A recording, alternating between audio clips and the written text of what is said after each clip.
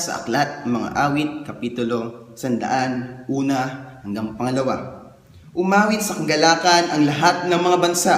Si Yahweh ay papurihan, paglingkuran siyang pusa. Lumapit sa presensya niya at umawit ng may tuwa. Kaya sa mga oras na to, kapatid, purihin natin ang ating Diyos na buhay at tunay na walang ibang katulad ang ating Diyos na sinasamba. Kaya ating ipalakpak ang ating mga kamay sa Diyos na kahit kailanman ay hindi nagbabago at nagkukulang sa atin.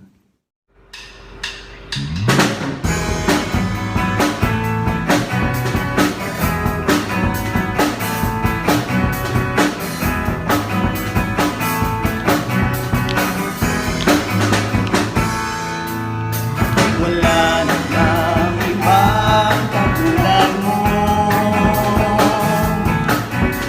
Wala nang ibang masihigit pa sa'yo. Ikaw ang Diyos magpakailanman, ang may likha ng lupa at kalangitan. Wala nang ibang katulad mo. Saan pa? Wala nang ibang katulad mo. Wala nang ibang masihigit pa sa'yo. Ikaw ang Diyos magpakailanman, ang may likha ng lupa at kalangitan. Wala nang ibang katulad mo. Sa puso ko ikaw lamang ang maghari at manahan, ang siyang sumako sa aking kalooban. Magtitiwala lang sa'yo, tanging sa'yo lamang, O Diyos, pagkat wala nang ibang katulad mo.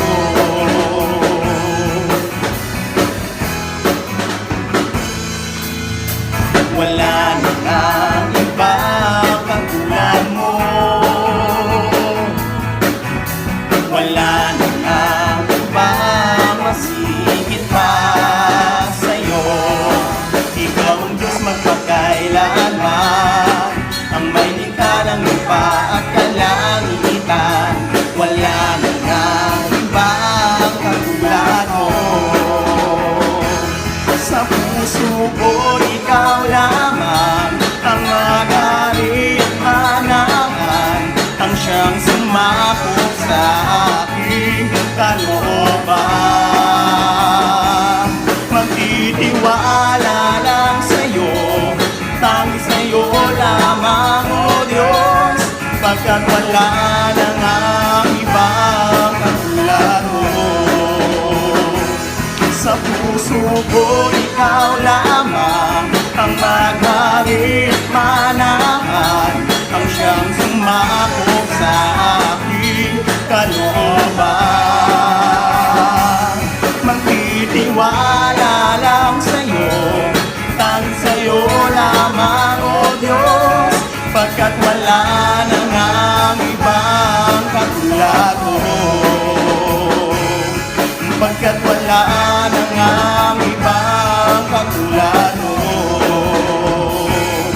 Pagkat wala nang ibang katulad mo.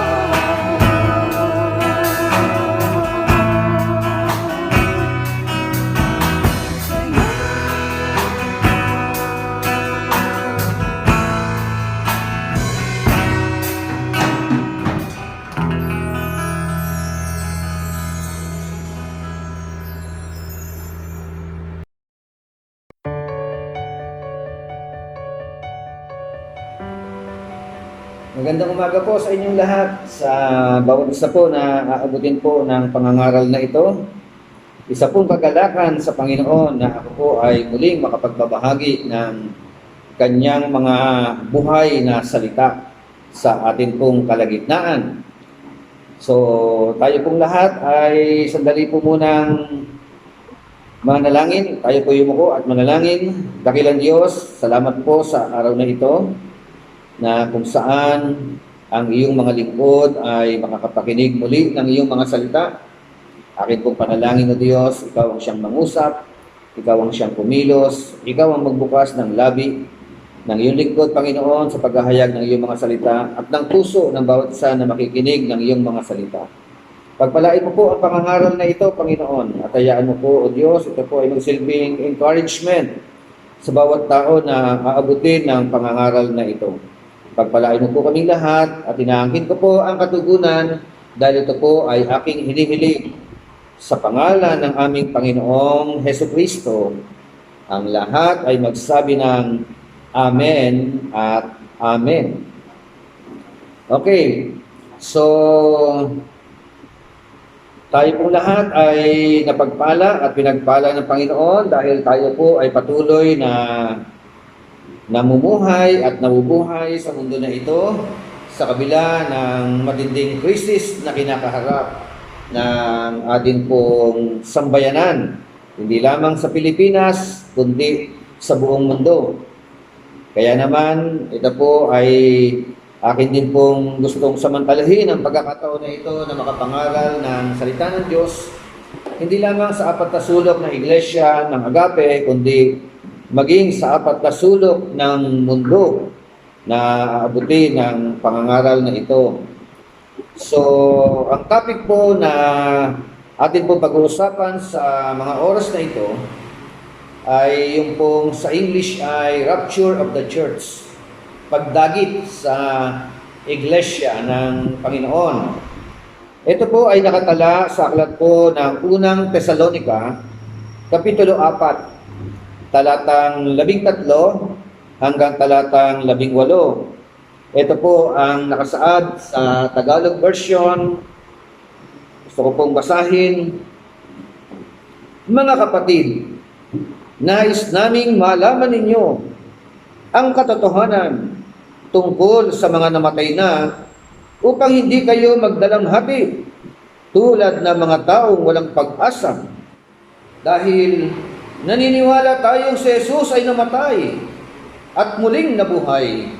Naniniwala din tayong bubuhayin ng Diyos upang isama kay Jesus ang lahat ng mga namatay na sumasampalataya sa Kanya. Ito ang itinuturo ng Panginoon na sinasabi namin sa inyo. Tayong mga nabubuhay pa at natitira pa hanggang sa pagparito ng Panginoon ay hindi mauuna sa mga namatay na. Sa araw na iyon ay maririnig ang tinig ng arkanghel at ang tunog ng trumpeta ng Diyos at ang Panginoon mismo ay bababa mula sa langit na sumisigaw at ang mga namatay na sumasampalataya kay Kristo ay bubuhayin muna. Pagkatapos tayo namang mga buhay pa at natitira ay titipunin sa alapaap kasama ng mga binuhay upang salubungin ang Panginoon sa himpapawid. Sa gayon, makakapiling natin siya ng magpakailanman. Kaya nga, palakasin ninyo ang loob ng bawat isa sa pamamagitan ng mga salitang ito. Ang Diyos po ang siyang magpala ng kanyang salita sa ating pong kalagitnaan. Rapture of the Church. Yan po ay common at pangkaraniwang mga topic sa ating pong kapanahunan dahil naniniwala po tayo that we are in the last days. Kaya nawa sa ating pong paghahayag ng salita ng Diyos, ito po ay magbigay ng linaw sa mga mananampalataya at sa bawat aabutin ng tinig na ito ng ating pong pangangaral. So, pag-usapan po natin sa tema, the comfort of the believer's death. or the believer's comfort in time of crisis. The believer's comfort in time of COVID-19. So, yan po yung atin pong tema na pag-uusapan in connection to rapture of the church. So, sa akin po pasimulang mga pangungusap, alam niyo po ba, trouble may come in the lives of anybody. But as Christians, we have different view about life here on earth and life after death. So, sa Tagalog po, ang trahedya, ang problema, ang trouble, po pwede po itong dumating sa buhay ng sino mang tao. Mayaman ka man o mahirap ka man. Kristiyano ka man o hindi ka Kristiyano. Yan po ang mga katotohanan na dapat po nating malaman. Pero, bilang mga mananampalataya, bilang mga Kristiyano, we have different view about life, about troubles in our life. Yun po ang atin pong kaibahan. Kaya nga po, yung ibang inaatake ng COVID-19, may edad na, at dahil may edad, bukod doon ay walang pagkakilala sa Panginoon, nawawala yung kanilang pag-asa, puro takot ang kanilang nararanasan. At dahil puro takot ang kanilang nararanasan, nagkakaroon ng alta presyon, tumataas ang mga BP, at nagiging cause na ng kanilang kamatayan. Pero kapag ikaw ay isang mananampalataya, may takot ka sa Panginoon, at ikaw ay umaasa sa Panginoon, kahit may mga trouble kang nararanasan, kahit may mga problema kang nararanasan, ikaw ay naniniwala, nananampalataya, na yung mga problema na yan ay lalagpas lang sa iyong buhay. So, yan po din po yung mga problema ng mga First Thessalonian Christian. Dahil sila po ay mga bago pa lang sa pananampalataya, marami silang mga katanungan. What happened to our family, to our relatives, na mga pinatay o namatay, na persecute in behalf of their belief through our Lord Jesus Christ? Yun naman kanilang mga katanungan sa kanilang mga kamag-anak na mga namatay na. Saan na napupunta? What happens to our dead fellow Christians? And those who are alive at the return of our Lord Jesus Christ? Wala pong ka-idea yung pong mga unbeliever. Wala po silang alam dito po sa mga pinag-uusapan po natin na ito. Kaya napakahalaga na makita po natin yung pong mga katotohanan ng mga bagay na ito. Rapture of the church. The believer's comfort in times of death.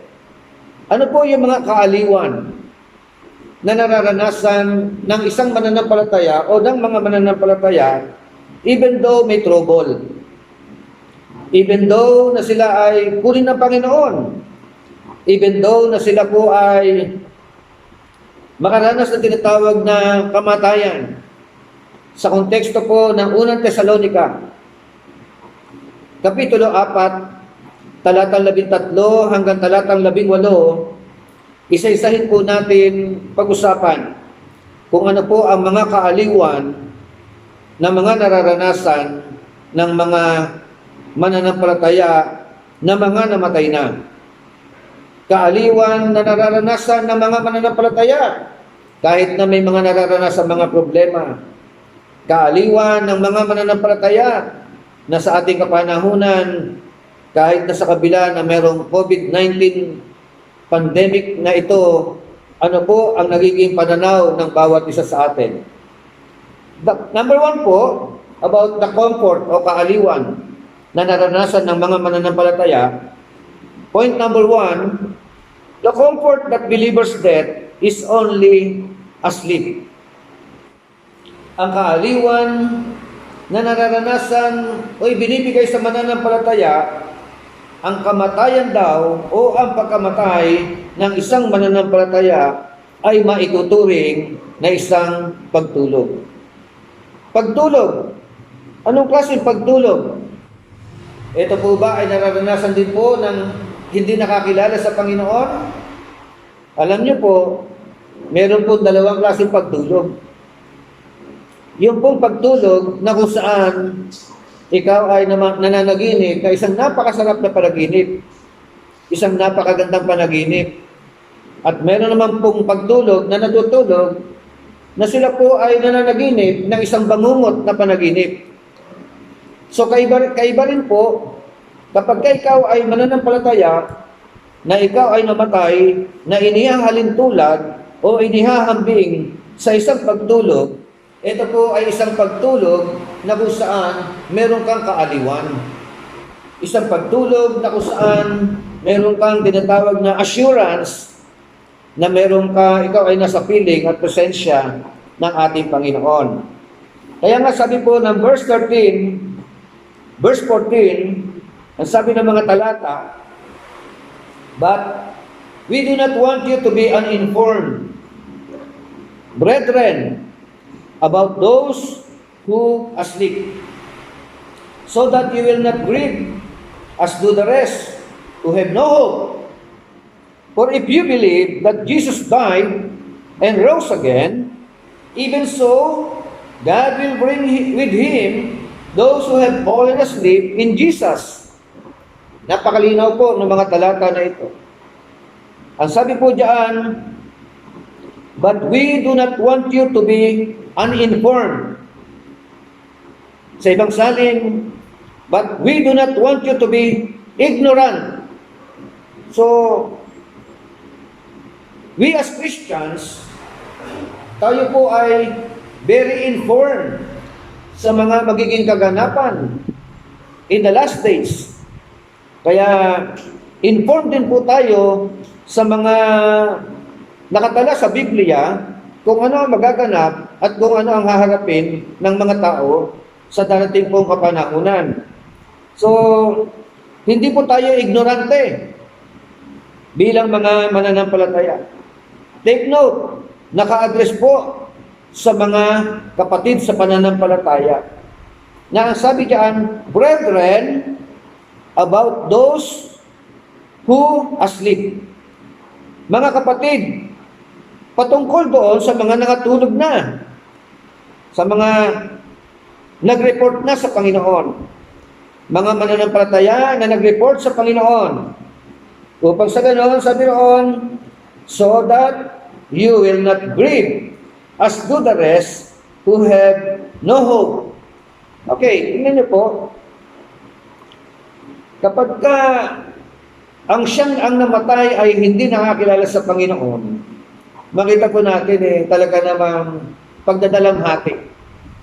Kasi po ang katotohanan po nito, ang pinakamatinding trahedya sa buhay ng tao, kapag ang tao ay namatay, nawala siya kay Kristo, o nawala si Kristo sa kanyang puso at sa kanyang buhay. Kaya, ang kanya magiging karanasan o magiging reaction, personal, sa kabilang buhay, at maging yung mga tao na nakapalibot sa kanya, mga kamag-anak niya, sila po ay makakaranas ng tinatawag na grief, o kapighatian, o kalungkutan. Pero kapag ang siyang namatay ay yung mananampalataya, sometimes binabati pa natin ng congratulations and see you there. So, kapag ang siyang pumanaw ay walang iba kundi yun pong mga mananampalataya o yung nakakakilala sa Panginoon. So, ang sabi diyan ng kanyang mga salita, verse 13, verse 14 pa lang, inuulit ko, point number 1, the comfort that believers' death is only asleep. Ang kaaliwan ng pagkamatay ng isang mananampalataya ay katulad lamang ng isang pagtulog. So, sabi po ng mga talata na ito, if you believe, Jesus died and rose again, and so that God will bring with Jesus those who have fallen asleep in Him. O yun po, kung ikaw daw po ay nananampalataya, tingnan niyo po, kung ikaw ay sumasampalataya na si Jesus ay namatay at muling nabuhay, at ang sabi ko diyan, ikaw na namatay o mamamatay nang sumasampalataya sa Panginoon Jesucristo na siya ay namatay dahil sa ating po mga kasalanan at muling nabuhay, ikaw din po ay bubuhayin ng Panginoong Jesucristo at ipagsasama doon sa kanyang presensya. Yan po yung kaaliwan ng kamatayan ng isang mananampalataya.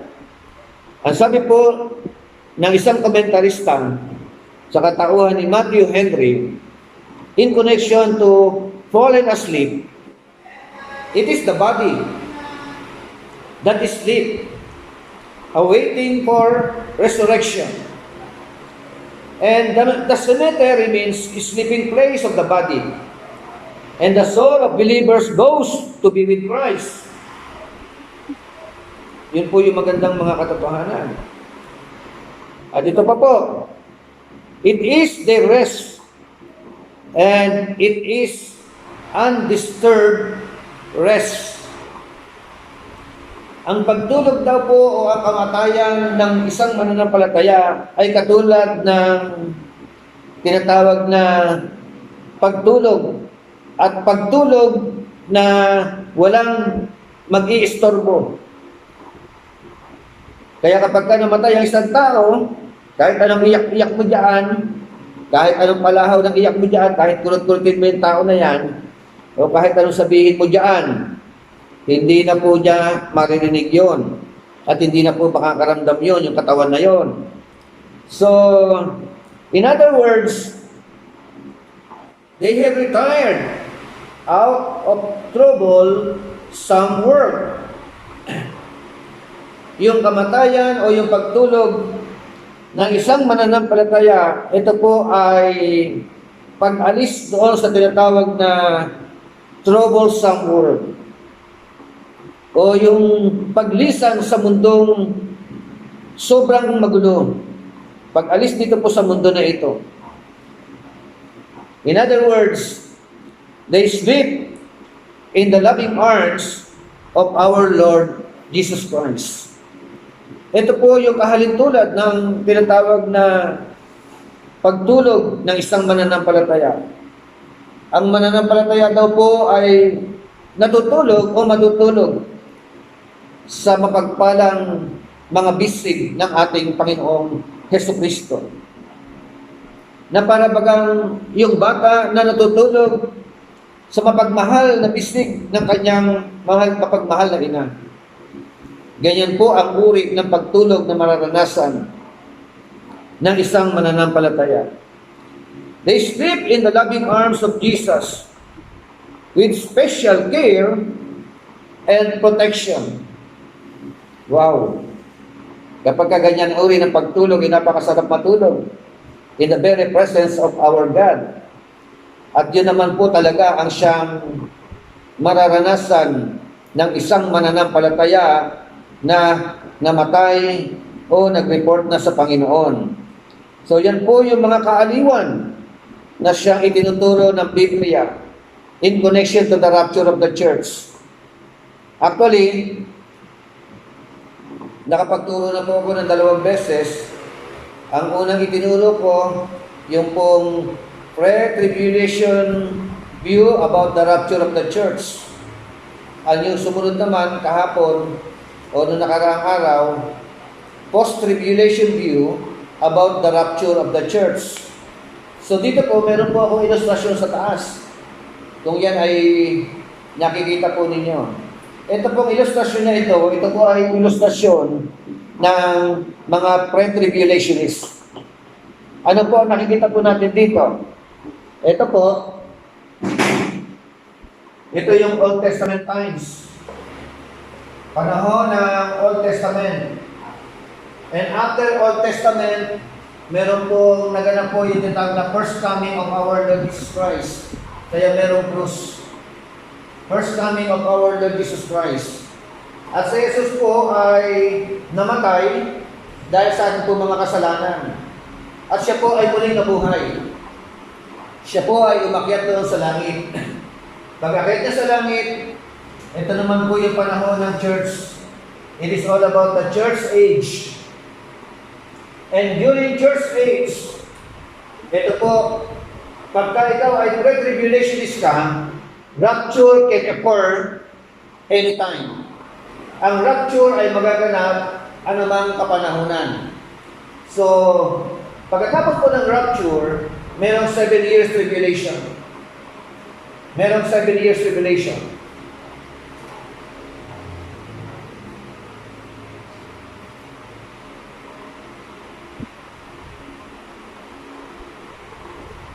So, bago magkaroon ng tinatawag na 7 years tribulation, rapture muna. Pagka pre-tribulationist ka. Pero pagka ikaw ay mid-tribulation, dito po magaganap ang rapture. Sa kalagitnaan ng 7 years. Mid-tribulation po dito. Tapos po second coming. So magkaiba po ang rapture sa second coming. Sa rapture po, si Kristo po babalik sa alapaap. Sa second coming po, si Kristo po ay babalik kasama ang kanyang mga saints dito po sa lupa. So magkaiba po sila. At yung iba naman po ay dito po ay pag dito po nagkaroon ng rapture, post-tribulation po siya. So rapture at saka second coming, kapag post-tribulation ka, maaaring magkasunod na po siya. Yun po yung ating po nakita dito po sa dispensational note na ito na aking pong binigay na illustration. Kaya, dapat po malinaw sa ating mga mananampalataya kung saan tayo tumatayo dyan. Pero, meron pa isang paniniwala, yung pong pan-tribulation. Ano po ito mga pan-tribulationists? Ang mga pan-tribulationists, hindi issue sa kanila, yun kung kailan magaganap yung tinatawag na rapture of the church. Hindi issue kung pre-tribulation, mid-tribulation, or post-tribulation. Para sa kanila, ang mahalaga, naniniwala sila na si Jesus ay babalik. Maaaring yung iba sa atin, ganun na rin ang paniniwala. Kaya meron po tinatawag na common denominator. Yung apat na ito. Ano po ang common denominator ng apat na ito? Ang common denominator ng apat na ito, yung po tinatawag na lahat sila ay naniniwala na si Jesus ay babalik para kunin ang mga mananampalataya. That is the common denominator ng mga view na ito. Na dapat na talagang, makita lang po natin yung mga katotohanan. Kaya kung minsan, tinatanong din ako ng mga pastor, ano ba view mo, Bishop? Pre-trib ka ba? Post-trib ka ba? So, kaya itinuturo ko yung mga view na ito, whether you are a pre-trib, whether you are a post-tribulationist, o mid-tribulationist, or pan-tribulationist, ang mahalaga, tayong lahat ay naniniwala na si Jesus ay babalik upang tayo po ay kuning lahat doon po sa tinatawag na alapaap. Kaya yan po pinag-usapan po natin, yung account ng 1 Thessalonians chapter 4, verse 13 to 18, ito po ay isang account ng tinatawag na rapture of the church. Kaya ang unang kaaliwan na nararanasan natin bilang mga mananampalataya, take note bilang mga mananampalataya. Pag hindi ka mananampalataya, hindi mo mararanasan yung kaaliwan na ito. Kaya napakahalaga ang ikaw muna ay maging isang mananampalataya. Isang babae o lalaki na tunay na sumasampalataya sa Panginoong Hesukristo. Na si Jesus ay namatay doon sa krus ng Kalbaryo at muling nabuhay. Namatay siya dahil hindi siya nagkasala. Namatay siya dahil sa kasalanan ng sangkatauhan. At siya ay muling nabuhay dahil siya po ay nagtagumpay sa pagtubos sa iyong kasalanan. Kaya hinahamon ko po kayo, sa mga maabot ng tinig na ito. Tandaan po natin ito. Gaano ka man kasama, gaano man katindi ang iyong kasalanan, may pag-asa ka. Dahil ang Panginoon Jesucristo ay nag-take na inisyatibo para sa iyo, para matubos ka sa iyong kasalanan. Ang kailangan lang ikaw ay lumapit sa Kanya ng totohanan. Ang kailangan lang ikaw ay tunay na magsuko ng iyong buhay sa Panginoong Jesucristo. Dahil walang iba makapagpapatawad na ating mga kasalanan. Siya lamang po ang natatanging persona na tumubos sa ating mga kasalanan. Kaya kailangan po natin lumapit sa Kanya. Pangalawang katotohanan about the comforts of the believer's death in connection to the rapture of the church. Number 2, the comfort that believers shall raise up from their sleep. Yung kaaliwan na sa lahat ng mga namatay kay Kristo, sila daw po ay bubuhayin muli. Sila daw po ay muling bibigyan ng panibagong buhay ng ating Panginoon. So, marami mga katanungan. Paano, pastor? Kung na-cremate, no? Mamaya, isa-isahin natin yan. Yung mga katanungan na yan. Basta ito po yung ikalawa pong kaaliwan na nararanasan ng mananampalataya. Ang sabi po ng verse 16, "For the Lord Himself will descend from heaven with a shout, with the voice of an archangel, and with the trumpet of God." Tapos yung sumunod, "The dead in Christ will be resurrected." Ang mga namatay kay Kristo, sila raw ay muling bubuhayin. So itong mga namatay kay Kristo, they are believers of this dispensation will be raised. So God will bring with them, or with Him, yung po mga namatay na nanampalataya sa Panginoong Jesucristo. Kaya yan po yung kaaliwan. Kung tayo man ay mauna, kung tayo man ay kunin ng Panginoon Diyos, meron tayong assurance that someday, tayo po ay muling gigisingin ng Panginoon. At ang maganda nito, bibigyan tayo ng bagong katawan. Katawan na hindi na mamamatay.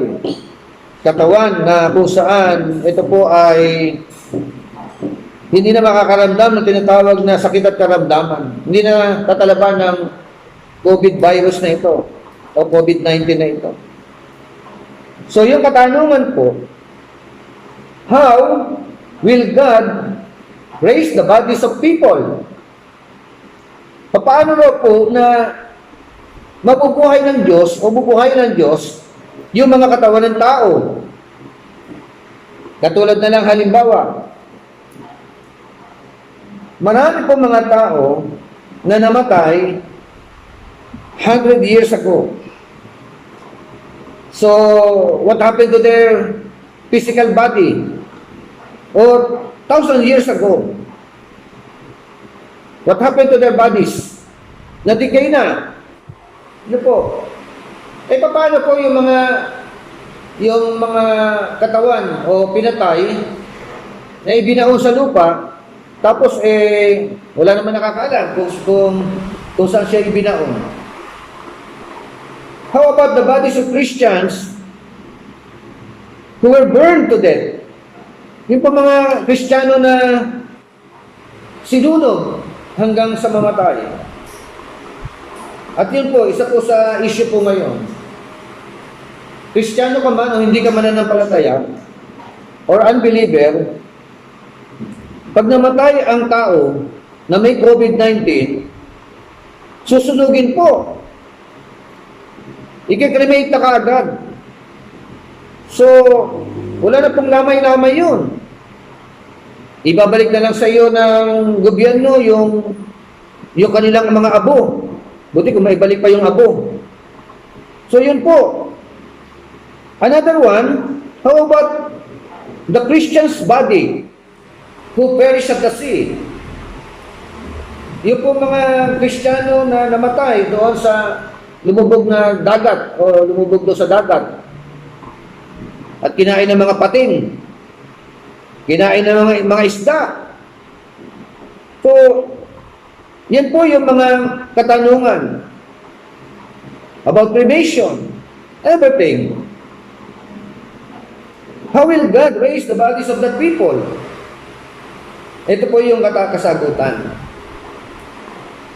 The God who created the universe out of nothing with a word is fully able to reassemble the decayed bodies of all His saints in a moment of time.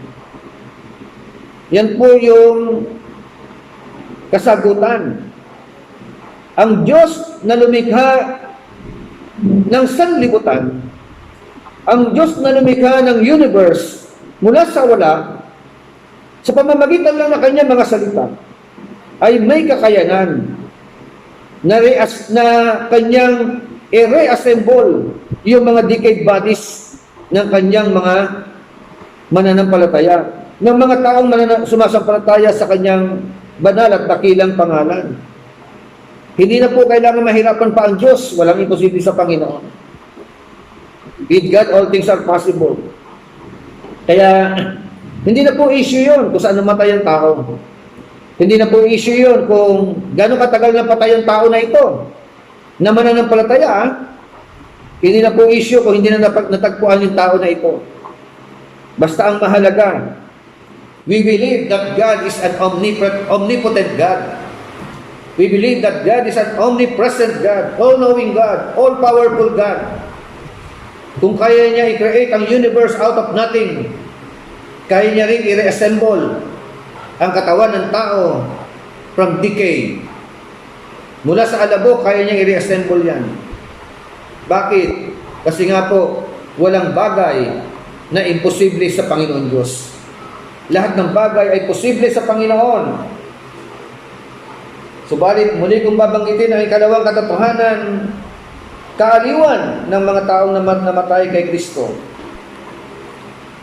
The comfort that believers shall raise up from their sleep. Haba ng tulog. Halimbawa, natulog ka ng 1901. Dumating si Kristo. 2020. Ay di matagal. May 100 taong pagtulog. Pero, ang pinakamaganda doon, sa ating pinag-usapan, ang mga mananampalataya na natutulog kay Kristo, natutulog ka in the very loving arms of our God, with special care and protection. Okay, pangatlo po. The comfort that all believers shall meet together. Wow! The comfort that all believers shall meet together. Verse 15, 17, tingnan niyo po. Ang sabi po diyan, for this we say to you, by the word of the Lord, that we who are alive and remain until the coming of the Lord will not precede those who have fallen asleep. Sinasabi ko sa inyo, no? For this we say to you, sa pamamagitan ng mga salita ng Panginoon, na tayong mga buhay ay hindi mauuna sa mga namatay. Mauuna muna yung mga namatay na natutulog sa ating Panginoon Kristo. Kaya nga, verse 17, then, who are alive and remain will be caught up together with them in the clouds to meet the Lord in the air. And so, we shall always be with the Lord. Hallelujah! Isang napakagandang kaaliwan. Isang napakagandang senaryo diyan sa heaven. Na sabi po diyan, unang kukunin yung mga namatay kay Kristo. Bibigyan ng bagong katawan. Iko-caught up sila. At pagkatapos noon, yung mga buhay na mga mananampalataya, sila rin po ay iko-caught up together. Dadalhin doon sa piling ng ating Panginoon. At ang tawag po diyan, yung pong tinatawag na heavenly reunion. Wow! Alam niyo po, isa pong mga senaryo na nagaganap pag meron pong namamatayan. Pag namatay ang isang kamag-anak, kahit na gaano kalayo po, yung po pinanggalingan ng kanilang isang kamag-anak, pagka special ang tao na ito para sa kanya, gagawa ng paraan para umuwi. Mula sa probinsya, mula sa ibang bansa, mula sa ibang planeta, babalik. Magkikita-kita sila. Magkakaroon ng tinatawag na reunion. So, ito po ang isang magandang katotohanan. Kaya kapag ka ang isang namatay ay mananampalataya, kung gusto mong magkaroon ng tawag na heavenly reunion, kung hindi ka pa mananampalataya, kailangan maging mananampalataya ka. Kailangan si Kristo na sa puso at buhay mo rin. Para pag dumating ang takdang panahon na pagbabalik ng ating Panginoon Jesucristo, during rapture of the church, magkakaroon ng tinatawag na reunion in heaven. Ang makikita-kita lamang po doon sa reunion na yan, pawang mga mananampalataya. Pero kapag hindi ka mananampalataya, hindi ka totally na nagsuko ng buhay mo sa Panginoon, sa ibang sa ibang area ka. Doon ka sa pagngangalit ng mga ngipin. Doon ka sa matinding pagdurusa. Kaya, ito po yung mga kaaliwan. Then who are alive and remain will be caught up together with them in the clouds to meet the Lord in the air. And so, we shall always be with the Lord. Wow! Hallelujah! And so, we shall always be with the Lord. Yun po yung magiging kaganapan. When the Lord caught up together, yung mga namatay kay Kristo, mga buhay, na mga mananampalataya ng ating Panginoon Jesucristo, we shall always be with the Lord forever. Yan po ang kaaliwan. Kaya, ang katotohanan po nito, ang lupa, hindi po ito yung pamapalagian natin tahanan. Hindi po tayo mananatili dito sa lupa. Darating ang araw, mamamatay tayo. Pero ang pinakamahalaga po, hanggat buhay tayo, hanggat malakas tayo, mapaghandaan po natin o maging handa po tayo na tayo po ay sumama sa piling at presensya ng ating Panginoong Jesucristo. Yan po ang natatanging pinakamagandang paraan na magagawa po natin. Tama yan, naghahanap buhay tayo, tama yan, may mga ginagawa tayo, mga ibang mga ginagawa. May mga pinagkakabalahan tayo. Pero siguraduhin po natin na meron po tayong tama at maayos na relasyon sa ating Panginoon. So we shall always be with the Lord. We shall obtain new bodies. Mortal body, changed to heavenly bodies, prepared for new heaven and a new earth. Wow! Ulitin ko po. Mortal body, changed to heavenly bodies, prepared for new heaven and a new earth. It is imperishable body, no decay, no subject or not subject to disease, not subject to COVID-19 or any weaknesses. Yan po yung katawan na ipapalit ng Diyos sa ating katawang panlupa. Kaya kung ikaw magandang lalaki ka na ngayon o ikaw ay magandang babae, mas lalong magiging maganda yung katawan na ipapalit ng Diyos sa iyo. Kaya kung ikaw pangit ngayon, maganda yung katawan na ipapalit ng Diyos sa iyo. Pero kung ikaw naman ay maganda ngayon and yet you don't have proper relationship with our God, ikaw na yung pinakapangit na tao na nabubuhay sa mundo. Kaya napakahalaga po na makita po natin yung mga katotohanan na ito. O ngayon, kung ikaw naman ay pangit pero Kristiyano ka, aba, mapahalat ka pa rin dahil papalitan ng kapangitan na yan ng isang tunay na kagandahan. Isang katawan na hindi na nabubulok. Isang katawan na hindi na nadidecay. It is the body imperishable, not decay, not subject to any diseases. So, yan po yung mga kaaliwan na itinuturo po ng Unang Tesalonica, Kapitulo 4, talatang 13 hanggang talatang 18. Mag-conclude po tayo sa verse 18. Ang sabi po ng verse 18, therefore, kaya nga therefore, galing sa there 3. Kasunod there 5. Therefore, comfort one another with these words. Mga kaaliwan kayo ng mga aral na ito. Ito yung kaaliwan natin. Ito yung pong kahalagahan na natutunan po natin about the Word of God. Na itinuturo dito, hindi tayo panghabang panahon sa mundo na ito. Ano po mga kaaliwan na ito? Ulitin ko po isa-isa. The first comfort is all about the comfort that believers' death is only asleep. And the second comfort is all about that believers shall raise up from their sleep. And the third one is the comfort that all believers shall meet together. And we call it rapture of the church or heavenly reunion. Hallelujah! Kaya, inuulit ko po, no? Ang rapture of the church, it is biblical. Kung pre-tribulationist ka, it can happen soon. Any moment.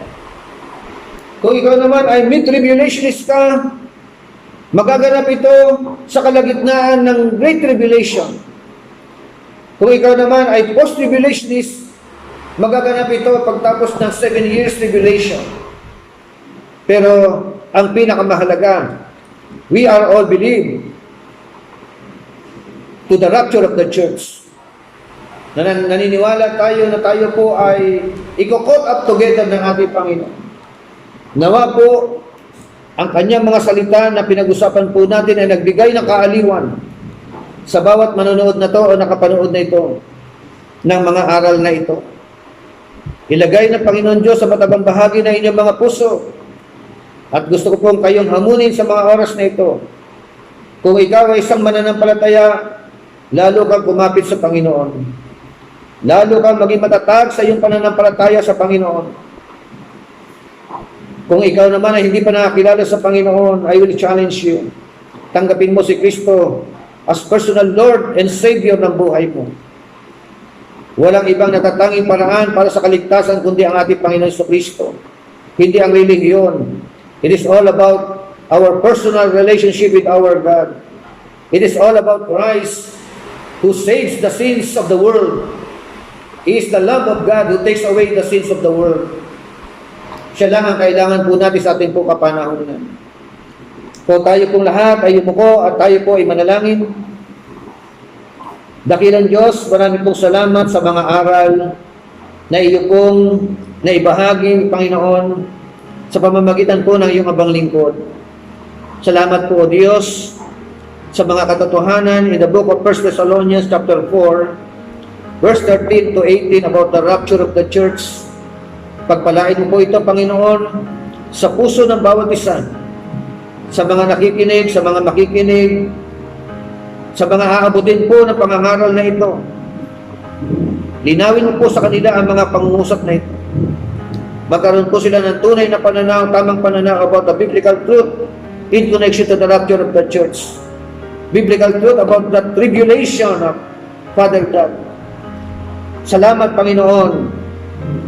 Pinaakit ko po, O Diyos, na ang mga salita mong ito ay tatatak sa puso ng mga tao. Salamat po. Salamat, Panginoon, sa katagumpayan mula sa iyo. At ibinabalik ko po sa iyo, Panginoon, na yung palamang ang papuri, kaluwalhatian at kadakilaan. Dahil ito po ay aking hinihiling sa pangalan ng aming Panginoong Hesus Kristo. Ang lahat ay magsabi ng Amen at Amen. Sa mga pinagpala po, kayo po ay napagpala sa pangangaral po na ito. Kung pwede po kayong maging kabahagi, pinagpala at gusto maging kabahagi ng ministeryo na ito ng inyong panlingkod sa pangangaral ng salita ng Diyos, kung pwede po kayong magpadala ng inyong mga kaloob o kaya mag-text sa akin kung gusto niyo pong makatulong sa gawain na ito. Ang aking pong cellphone number 0910-674-0942. God bless us all. To God all be the glory. Soli Deo Gloria.